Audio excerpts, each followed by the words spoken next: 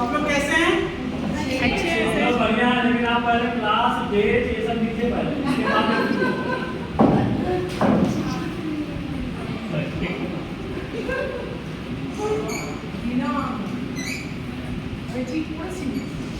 ले जाओ ये।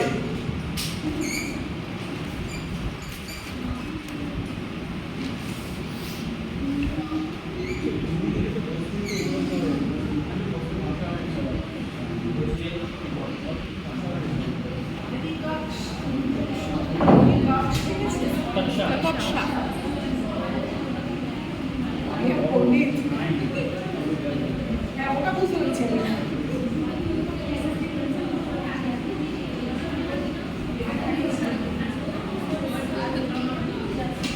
आप लोगों ने तो छोटे बच्चों को देखा ही होगा, देखा है ना? Yes sir. किस किस उम्र के बच्चे को देखा बताइए? नवजात से लेकर तो शैशवावस्था, बाल अवस्था, बहुत सारे प्रकार के होते हैं ना। आप लोगों ने कौन से बच्चे को देखा? छोटे जो जन्म लेते हैं वो बच्चे, या 1 से 2 साल या 2 से 3 साल, 5 साल की उम्र के तो या 8 साल के तो बच्चे ही रहेंगे। तो आप लोगों ने किस उम्र के बच्चे को देखा है? सारे उम्र के। सर सारे उम्र के ही देखते हैं। तो आप लोगों ने बच्चों को खिलाया भी होगा, जी सर। उन्हें सुलाया भी होगा, जी सर। खाना भी खिलाया होगा। तो किस प्रकार खिलाते हैं या सुलाते हैं आप लोगों को पता है?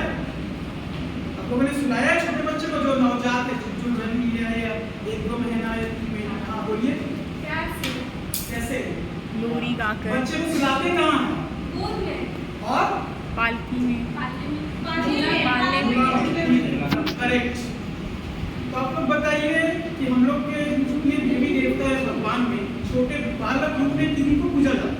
बाल गोपाल, बाल बाल गोपाल। गोपाल, एकदम करेक्ट। उनके ऊपर ही एक पद है जिन्हें सूरदास लिखा है। सूरदास को वात्सल्य रस का सम्राट कहा जाता है, क्योंकि उन्होंने जिस प्रकार बाल कृष्ण की लीलाओं का, उनकी चेष्टाओं का वर्णन किया वैसा अन्य दुर्लभ देखने को मिलता है।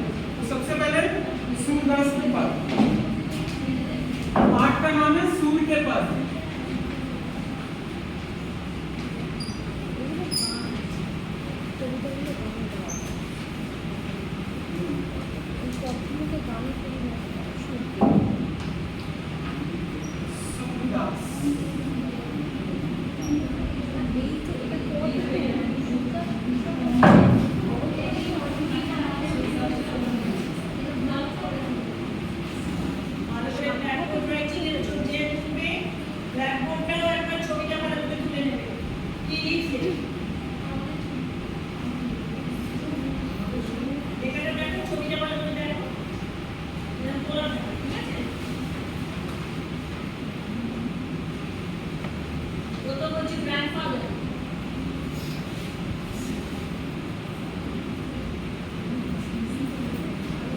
सबसे पहले हम लोग कवि परिचय देखते हैं।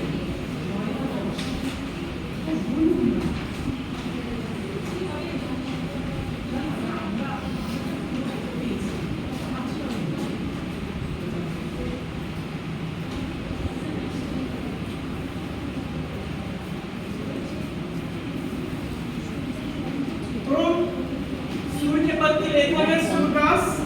सूरदास भक्ति काल में शकुन थाना के कृष्ण भक्ति शाखा के कवि है। हिंदी साहित्य के 4 काल है: आदिकाल, भक्तिकाल, रीतिकाल और आधुनिक काल, जिनमें से भक्तिकाल की समय सीमा है 1375 से 1700। उसके बाद उनमें भी 2 शाखा है, एक कृष्ण भक्ति शाखा, एक राम भक्ति शाखा। कृष्ण भक्ति शाखा में सूरदास का नाम बड़े स्तर से लिया जाता है और राम भक्ति में तुलसीदास। सूरदास का जन्म सन 1478 में मथुरा के रुनुक्ता नामक गांव में हुआ था।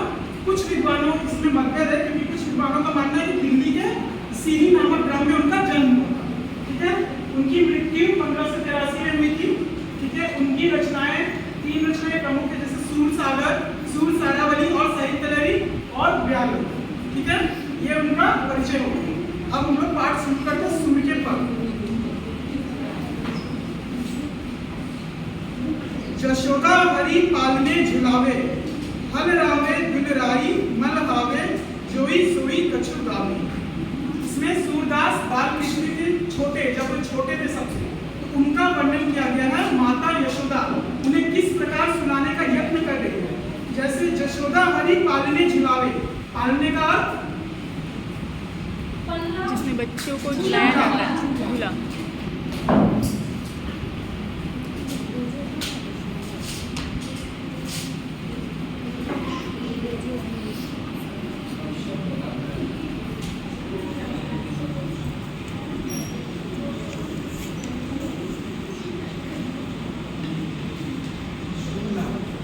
पालने का झूला, जिसमें बच्चों को सुलाया जाता है, ठीक है।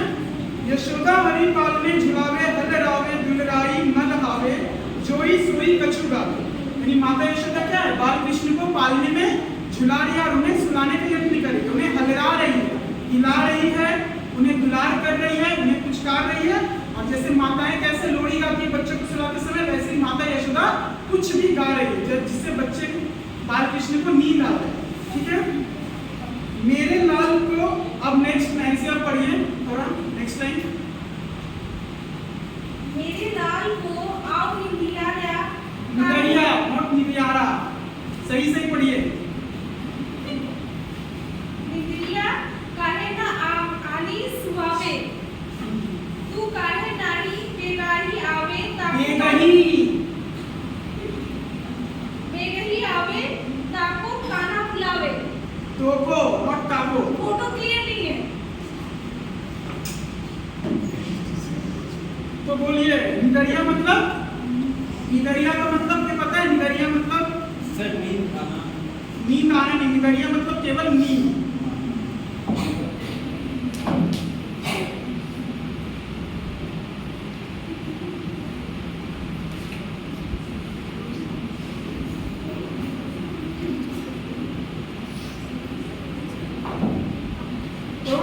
मेरे लाल को आओ निगरिया, काहे न आनी सुआवे, तू काहे नहीं बेगही आवे, तो को कान्हा बुलावे।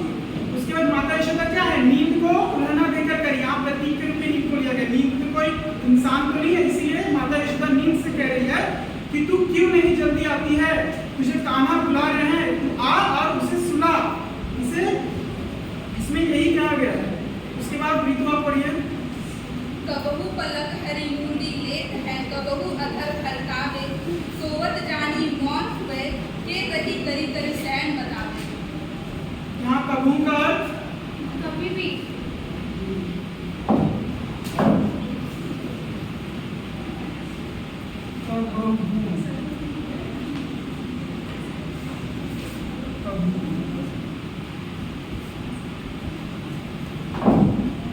कबहू पलक भरी मुंदी लेते हैं, कबहू अधर फरकावे, सोवत जानी मौन हुए, के रही करी करी सैन बतावे।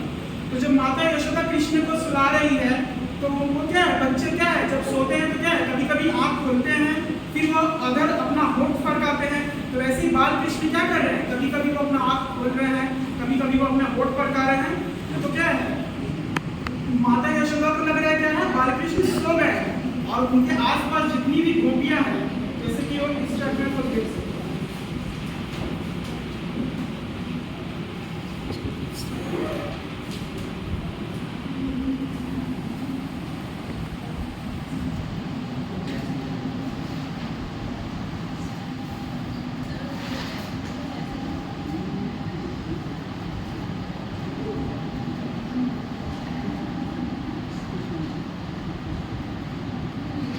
क्या है, उनके आसपास बहुत सारी गोपियां हैं, तो उनको क्या है, करी करी सैन बता रहे। शैन यानी इशारा से उनको बता रही है कि आप लोग सब चुप हो जाओ, क्योंकि बालक कृष्ण क्या है, सो रहे हैं। उसके बाद नेक्स्ट संतोष आप पढ़िएगा। कई अक्षर अतुलाई उठे हरि, जसुमती मधुरे गावे, जो सुख सुर अमर मुनि दुर्लभ सोनंद भामिनी पावे। अब क्या है, बच्चे को सुला रही है, तो इसका है जैसे कि आम लोग आप लोग देख ही सकते हैं कि घर में जैसे बच्चे सोते हैं तो क्या है, तो सोते हैं तो 5 मिनट बाद ही तुरंत ही उठ जाते हैं। तो वैसे ही श्री कृष्ण क्या है, जैसे माता यशोदा को लग रहा है कि वो सो गए हैं, तो उनके बाद वो सबको चुप भी करा रही है। लेकिन इसी बीच क्या है, हरि यानी विष्णु यानी बाल कृष्ण उठ जा रहे हैं और जसुमती मधुरे गा। फिर क्या है, फिर माता यशोदा फिर लोरी गा रही है, जैसे कि माए लोरी गाती है। जो सुख सुर अमर मुनि दुर्लभ, सो नंद भामिनी पावे। ये सुख क्या है, सुर देवता अमर, जो अमर है, मुनि ऋषि मुनि सबको दुर्लभ है, वो क्या है, सहज ही माता यशोदा पा रही है। इसमें देख सकते हैं कि माता यशोदा सहज ही उस सुख को प्राप्त करेगी जो क्या है देवी देवताओं को भी दुर्लभ है। समझ में आया? कोई समस्या? तो बोलिए क्वेश्चन कर रहे हैं आप लोग से। यशोदा बाल कृष्ण को सुलाने के लिए क्या क्या यत्न कर रही थी?